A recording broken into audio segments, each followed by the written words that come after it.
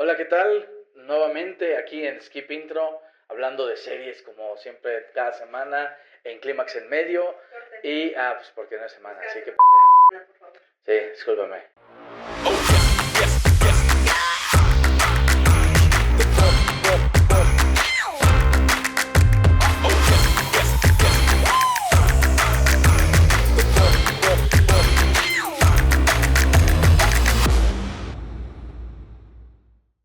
Hola amigos, bienvenidos de nuevo a Skip Intro y como en cada serie y programa, aquí tenemos de vuelta un tema muy interesante con una serie que creo que ha causado polémica por muchas cosas que vamos a entrar. Y para hablar de ella tengo un gran invitado, el querido director, actor, productor, todólogo, el querido Sí. Gerardo Oñate. ¿Cómo estás, Gerardo? Hola, ¿qué tal, AJ? Muchas gracias por la invitación, obviamente por el espacio, un saludo a la audiencia, a la gente que nos mira y pues muy contento de estar aquí, man. Perfecto, y sobre todo porque vamos a hablar de una serie que te encanta, sé Sí, que te encanta, sí, y que es Andor. sí. Andor creo que eso lo tenemos en común, nos parece una de las series que mejor funciona dentro de todo este universo de Star Wars. Sí.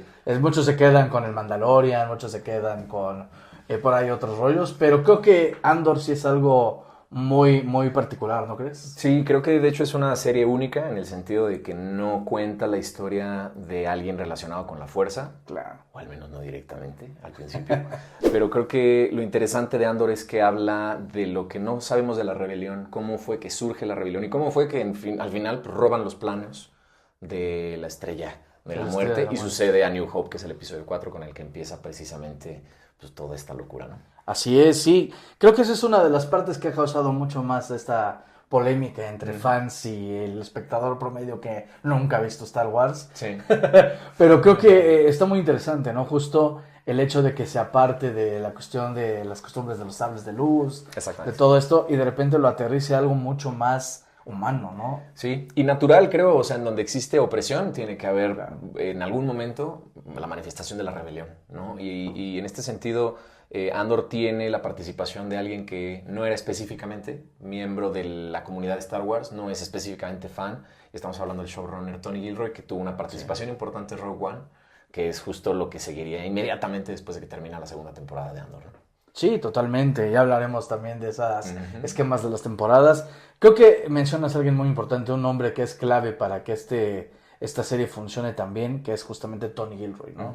Que ahí con Diego Luna, que también luego hablaremos del buen Diego, tienen un papel fundamental para que el universo de Andor se desarrolle de la forma en que se está desarrollando, o bueno, se desarrolló porque ya concluyó nada más 2 temporadas. Sí. Pero sí es algo que me llama mucho la atención, la forma de Gilroy, ¿no?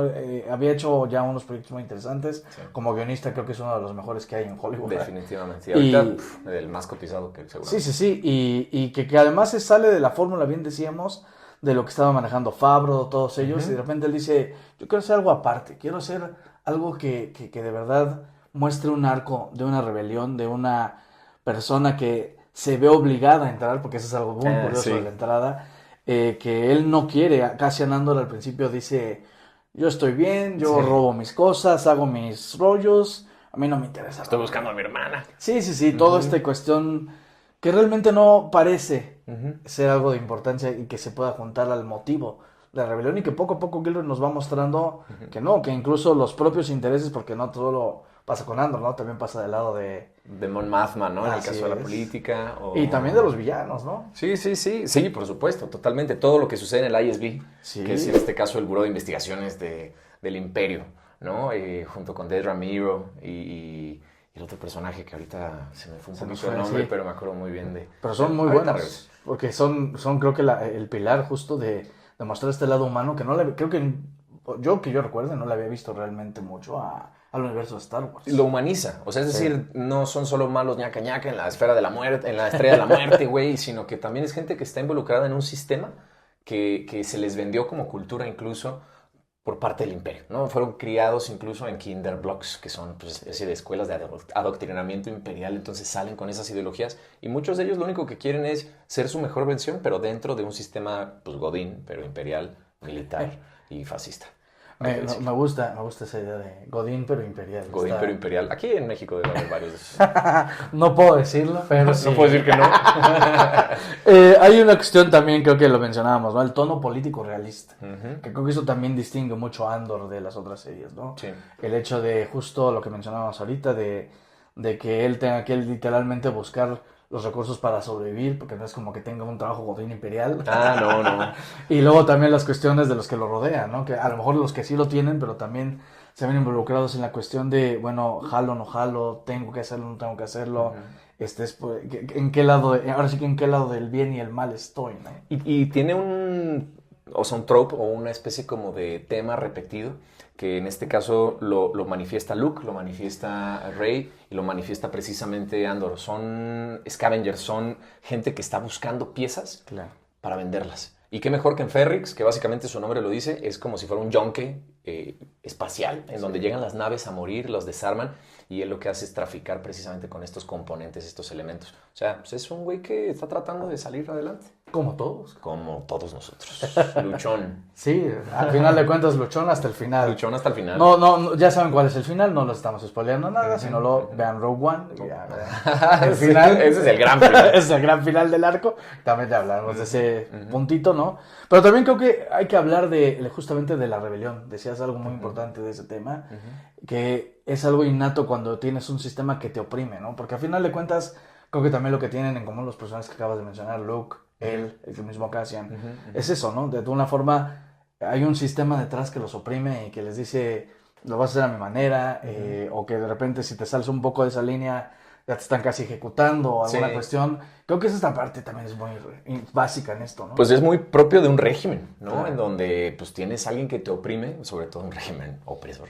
Pero es algo bien peculiar, y lo menciona Tony Gilroy, tiene algo que ver con el destino renuente, ¿no? O sea, cómo hay algo delante tuyo a lo que estás opuesto, no estás haciendo caso a las señales y quizá no es por ahí, o quizá sí, como sucede en Andor. Claro. Y hablando de Gilroy otra vez, creo que te voy a preguntar, porque creo que me parece algo muy interesante. ¿Tú crees que, mencionaba ahorita lo de Favreau y todo esto que llevan una línea, pero tú crees que Tony Gilroy sea literalmente el culpable de que esta serie sea tan diferente? Yo creo que sí. Yo creo que es la manera en la que él se ha ido desempeñando y desenvolviendo desde su participación en Rogue, la relación que él tiene específicamente con Kathleen Kennedy. Sí. Y la manera en la que él dijo, ¿saben qué? Si esto va a suceder en algún momento, porque existía la idea antes de que sucediera, nada más no sabían muy bien, y de hecho la manera en la que lo querían hacer creo que no le gustaba mucho a él, si es que en algún momento se platicó, pero él dijo, si va a ser, tiene que ser así, y si quieren que yo lo haga, lo voy a hacer así, y me van a dar permiso de que el güey empiece en un table, casi, o en un prostíbulo, y luego va a matar a un policía. Y eso en Star Wars, deja tu Disney, en Star Wars nunca había sucedido. Sí, no. Y eso es tener pantalones como para abrir. Y esto sucede en el primer capítulo de la primera temporada. Sí. Entonces, eso es tener la convicción de que él tiene la historia muy clara, de que sabe cómo sacar adelante al menos la historia, y no habla mucho del mundo de Star Wars, sino de su propia historia y de una historia que sucede en este universo. Claro, sí, yo coincido. Yo creo que la labor de Gilroy, yo recuerdo hablando de esos temas de que llega con Kennedy y ellos, él es muy claro, él dice, se va a hacer a mi manera. Y creo que también tiene mucho el respaldo, por ejemplo, de Diego Luna, ¿no? Totalmente. Que después hablaremos un poquito más adelante de ello. Que Diego también cree que el personaje tiene mucho más que dar, pero siguiendo esa línea, ¿no? Él tampoco le interesan los sables de luz, Exactamente. Ni que si Arturito o alguna cuestión, ¿no? Él lo que quiere es contar la historia de Andor como debe de ser, ¿no? Como este personaje que de alguna forma se muestra renuente a ser parte de una rebelión. A ser un héroe. Exacto, justo. Que en la primera temporada, también ahorita andaremos, eso es una visión diferente, pero que senta la base justo para lo que detona en una segunda temporada, que me parece de lo más brillante que hemos visto en el año de la televisión. Totalmente, una de las mejores series que existe. Y creo que Diego lo trae desde el hecho de que es de acá. O sea, creo que la perspectiva de Diego al haber hecho un personaje que en Rogue sí tiene su papel y sí tiene su peso y todo, más bien deja abierta la puerta a, ¿y estos güeyes de dónde vienen? O sea, un güey que está manejando una nave y que está involucrado en la rebelión y que de pronto decide ir en contra del consejo, apoyando a esta chica, obviamente, en Rogue One, pues tiene que tener algo interesante que contar. Entonces, cuando se suma, lo hace de una manera ejecutiva y eso se nota. en el resultado. Y lo dicen muy bien a la hora de estar trabajando, la guía que era Diego Luna, porque Tony Gilroy no estaba en el rodaje, Claro. pero Diego sí. Entonces él conducía mucho la serie y pues creo que por eso también la hace diferente e importante para nosotros como mexicanos. Sí, totalmente de acuerdo. Y bueno, hay que hablar justo también, y lo vamos a hacer a continuación, de todo este arco que implica Andor, ¿no? Esta cuestión de, pues, plantear ya a este personaje que ya lo conocemos, digamos que medio lo conocemos, ya que Medio lo después, conocemos. ya que después entramos en la serie, pero medio lo conocíamos con Rogue One, porque al final de cuentas en Rogue One él no es el protagonista. Exactamente. La protagonista es Jyn Erso. Exactamente. ¿No? Y aquí se llama Andor, así que ahí sí. Hay una gran diferencia. No hay para dónde Entonces hacerse. teníamos que ver el origen y el arco de Andor, ¿no? Que creo que también es muy interesante y sí se ve muy marcado en la idea de las dos temporadas, ¿no? Creo que, bien lo decíamos, la primera temporada tenía esta cuestión, ¿no? Y la segunda temporada ya lo mete de lleno porque no le queda de otra. Y después, lo que dijiste, me gustó mucho como lo planteaste, el abrazo del héroe, ¿no? Exactamente. Y pues bueno, ahorita vamos a continuar hablando Sí. de justamente ese arco.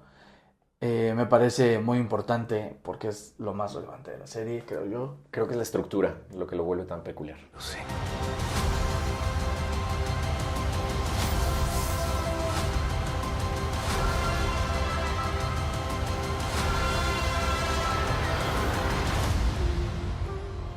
Seguimos aquí en Clímax en Medio, en Skip Intro, hablando de Andor con el querido Gerardo Oñate, Un gusto. expertazo en el tema.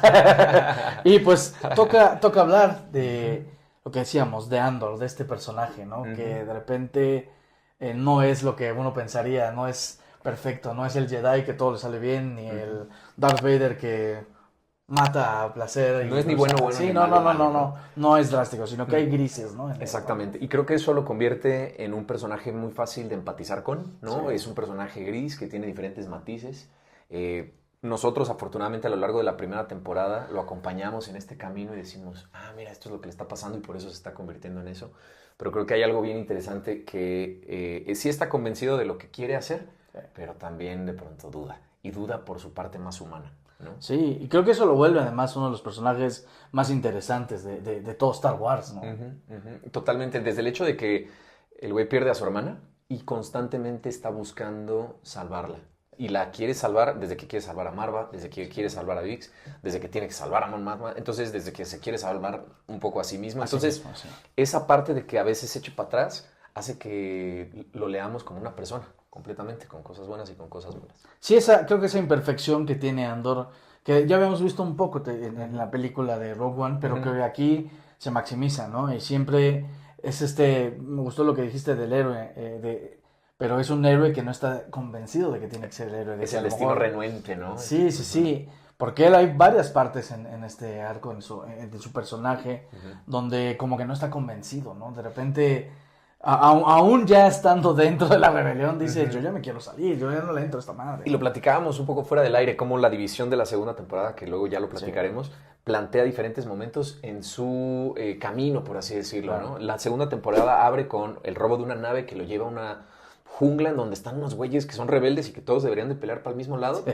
Y no, en realidad se están matando entre ellos por puras tonterías, ¿no? Y creo que esa manifestación de lo que es la rebelión incipiente, malformada y obviamente descabezada o desorganizada, es lo que él hace también que él asuma otro tipo de rol y que se convenza de que tiene que existir una cabeza.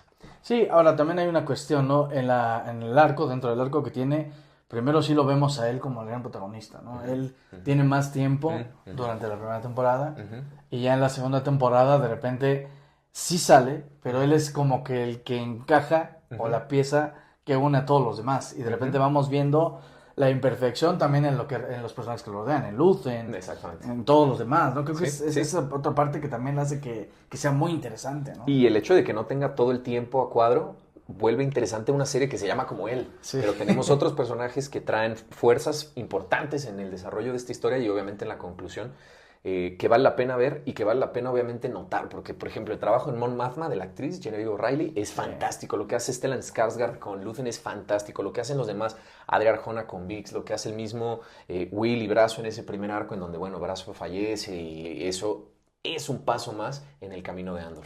Sí, totalmente. Y hay que hablar también, obviamente, pues de Diego Luna, ¿no? Hay que hablar de Diego Luna.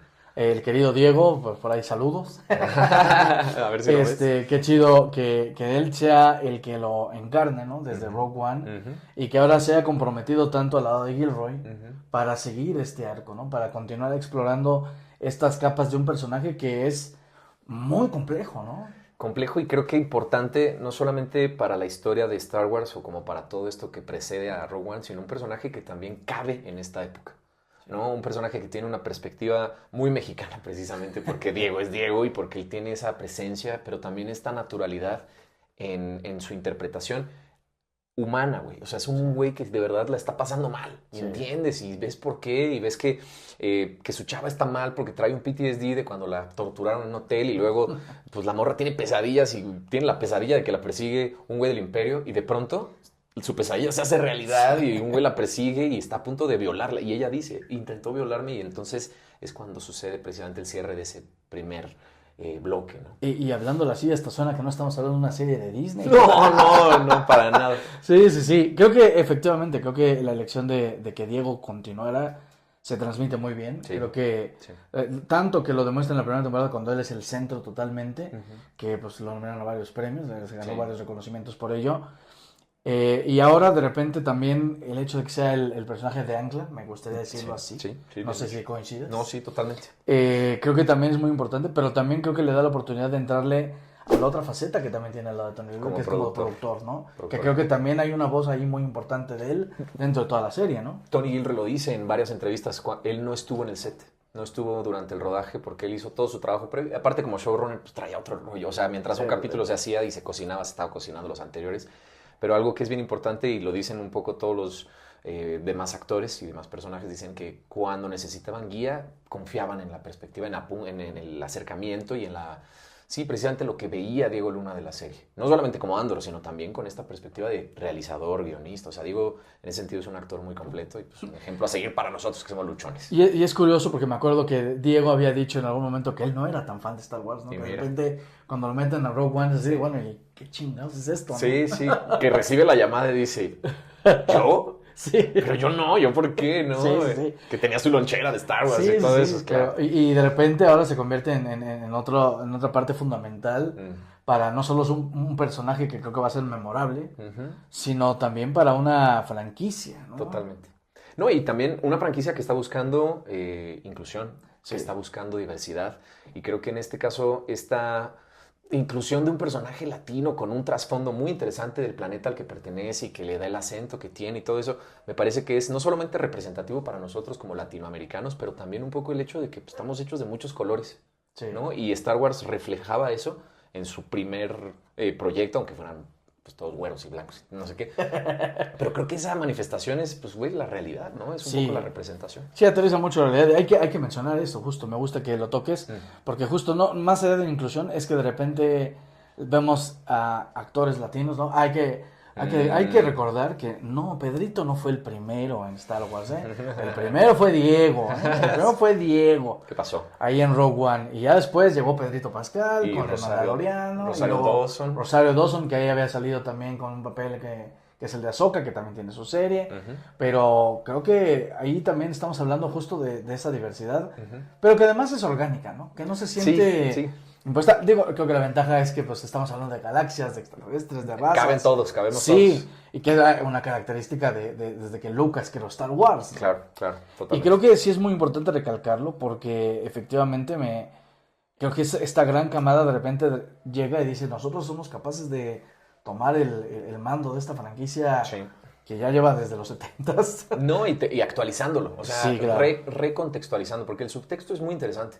La resistencia surge después ante la opresión, pero este recontextualizar es presentarlo con un lenguaje nuevo, solamente porque esto es cine totalmente. O sea, Andor tiene una cinematografía, no solamente en la foto, sino en la manera en la que está dirigido, y estamos hablando de directores...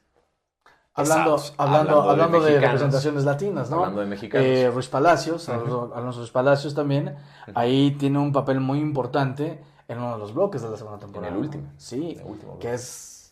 Pues la convergencia de todo. Es cuando... Digo, es que luego me preocupa platicar de Andor porque sé que hay muchos spoilers, pero es cuando cae Luthen, de la manera en la que tiene que caer. Es cuando Diego se ve en la penosa necesidad de enfrentar su destino como héroe de la rebelión, capitán de la rebelión. Es cuando Biggs un poco se echa para atrás y él tiene que tomar la decisión de qué hacer. Aparece por fin K2SO, que es uno de los androides más chingones de todo Star Wars, interpretado por Alan Tudyk. Entonces... Suceden muchas cosas, pero ¿quién mejor para traerlo a la vida y dirigirlo en un bloque increíble que Alonso Ruiz Palacios? Sí, ¿no? Y que además lo cierra de una forma que puedes terminar de ver Andor, tip, y de repente te pones Rogue One y fluye. Así. Y por ahí hay un edit en donde le quitan el soundtrack de Rogue One, que dicen que era como muy fanfárrico y no sé qué, y le ponen el soundtrack de Andor y se escucha mejor y se ve mejor. Sí, no. Chéquenlo. Es una chulada. No lo promuevo, pero existe. Bueno, sí, vean, está chido. Sí, creo que es muy interesante, ¿no? Y hablar de esta representación y todo. También hay que hablar, y ahorita ya tocaste un poco de eso, de la manufactura. Yo creo que un poquito ahorita, más adelante vamos a hablar de ello. Sí, porque hay la construcción de este universo que es parte de, pero que se ve tan diferente a Star Wars. Sí. También conlleva una complejidad, ¿no? Bueno, el diseño de producción es bestial. Sí. Y era para ellos y es para nosotros. Y también, pues, hablar un poco de esa polémica que se desató entre que si quieren que si a los fans les gustó, que si no les gustó. Ahorita hablamos de los fans. Sí, claro, ahorita vamos a hablar un poco de eso, pero creo que es muy, muy importante también retomar esta cuestión, ¿no? Buenísimo, pues ahorita lo platicamos.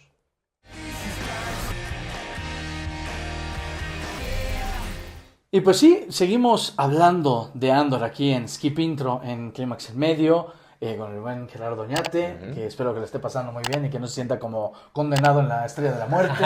No, entonces, sí, perfecto, qué bueno que te sientas a gusto. Y pues vamos a hablar ahora de todo este universo que conlleva Andor, la creación alrededor de ello, ¿no?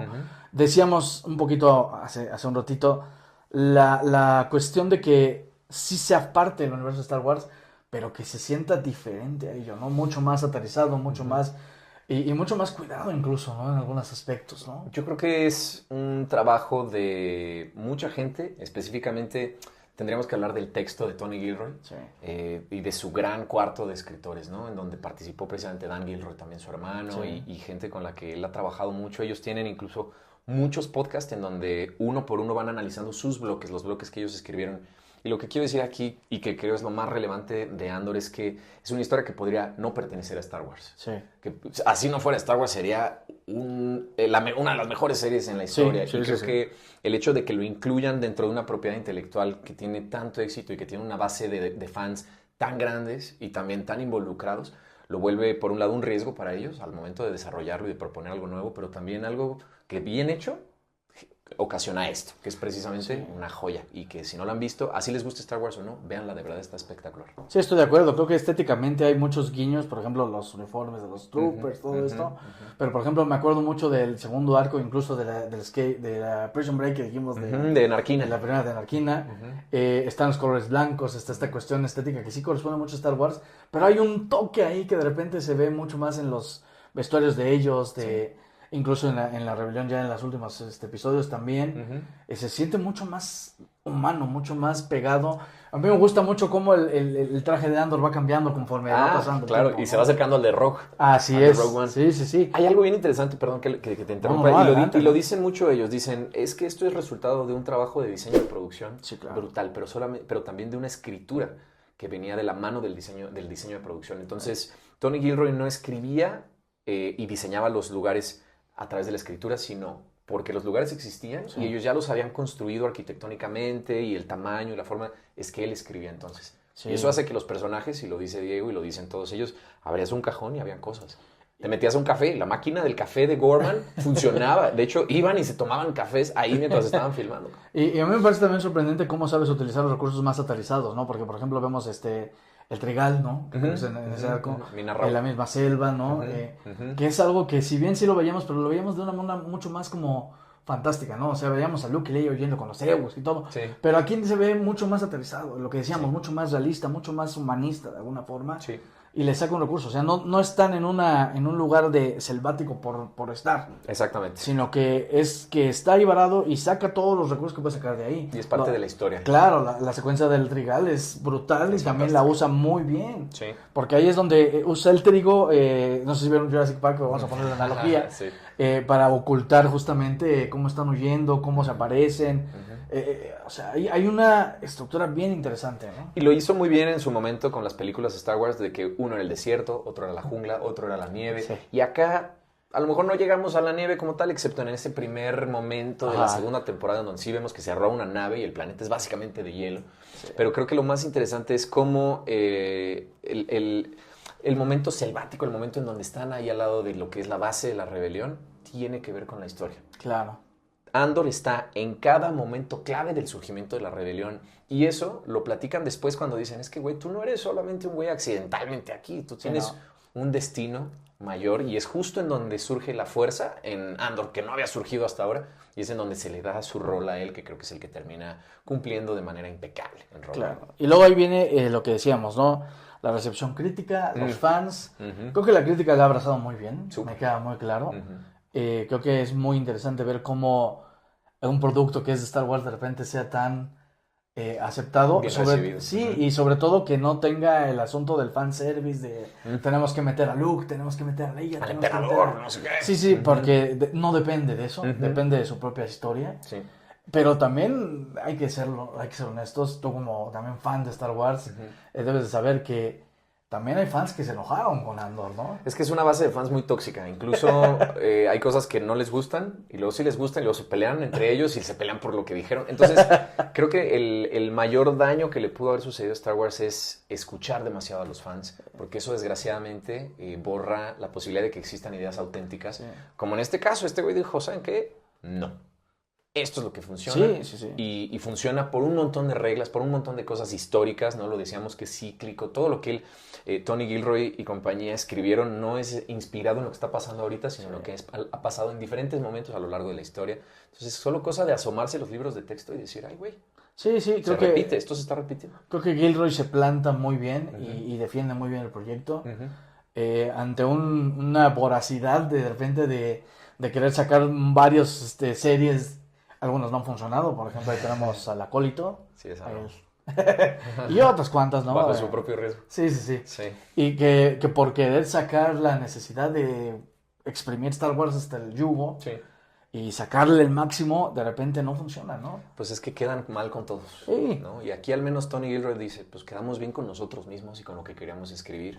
Y nos hicieron un favor. El mismo Diego, ¿no? Lo ha dicho también, que él está muy feliz de haber terminado este arco de Andor, que eso también es importante, el hecho de las 2 temporadas nada más, que eso también viene desde el principio, desde el inicio dijeron, vamos a contar esto en 2 y se acabó. Se dieron cuenta que no llegaban a las 5 con las que se habían comprometido por un montón de cosas, pero diseñaron esta manera eficiente y bastante elegante de narrar una historia que a nosotros, creo, como fans, no solamente nos satisface, pero también nos abre la puerta a que luego existan otros contenidos que complementen este gran arco de Andor, de cosas que están sucediendo al mismo tiempo. Sí, y que se complementan muy bien, ¿no? Que creo que es algo que también de repente le falta al universo de Star Wars, ¿no? De repente vemos al Mandaloriano acá, y luego vemos a Boba Fett acá, y luego vemos a Ahsoka acá, y luego vemos a Obi-Wan acá, y de repente ya no sabes en qué línea de tiempo estás, en dónde me estoy manejando, por qué está acá y por qué tengo al otro acá.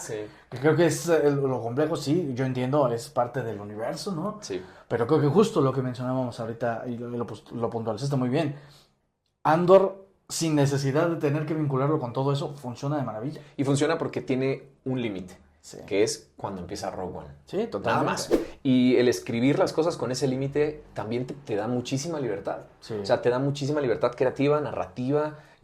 Obviamente, en el sentido de estos cuates, tenían clarísimo en dónde gastarse su lana, en cómo presentar a los personajes de la manera más eficiente, y los hizo meter toda la carne en ese hueco, ¿no? Precisamente en ese espacio entre el surgimiento de Andor como rebelde o héroe de la rebelión y el principio de Rogue One, que funciona muy bien. Sí, que creo que ahí también está el punto emocional, ¿no? Que creo que también le saca mucho jugo a eso. De traerlo y vincularlo bien con una de las películas que creo que de todas las que han sacado también ha sido posiblemente la que mejor les ha salido y la que más ha pegado por lo mismo, ¿no? Definitivamente. Hay que también mencionar que el trabajo no es solamente, por ejemplo, en este caso de Diego, los otros actores hacían papeles importantísimos en sus propios arcos, pero es justamente la participación de estas fuerzas, la política, la rebelde, la fuerza antagónica, que esta estructura del ISB, que es básicamente, pues sí, un thriller, ¿no?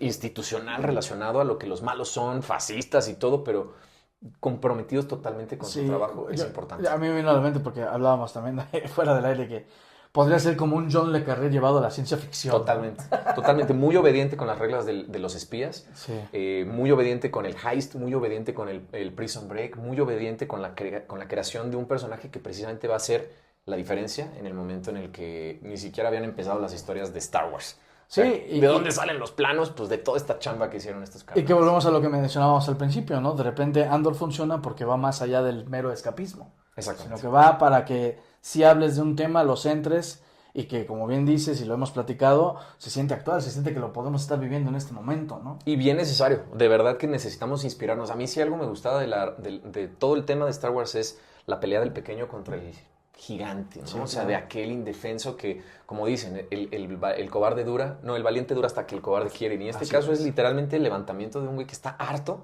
de que le tengan el pie en el cuello y que de verdad necesita salir adelante, defenderse porque su vida está en juego. Completamente de acuerdo. Bueno, pues se nos está acabando el tiempo. Gerardo, te tengo que agradecer la plática, la charla. Muchas gracias por aceptar la invitación.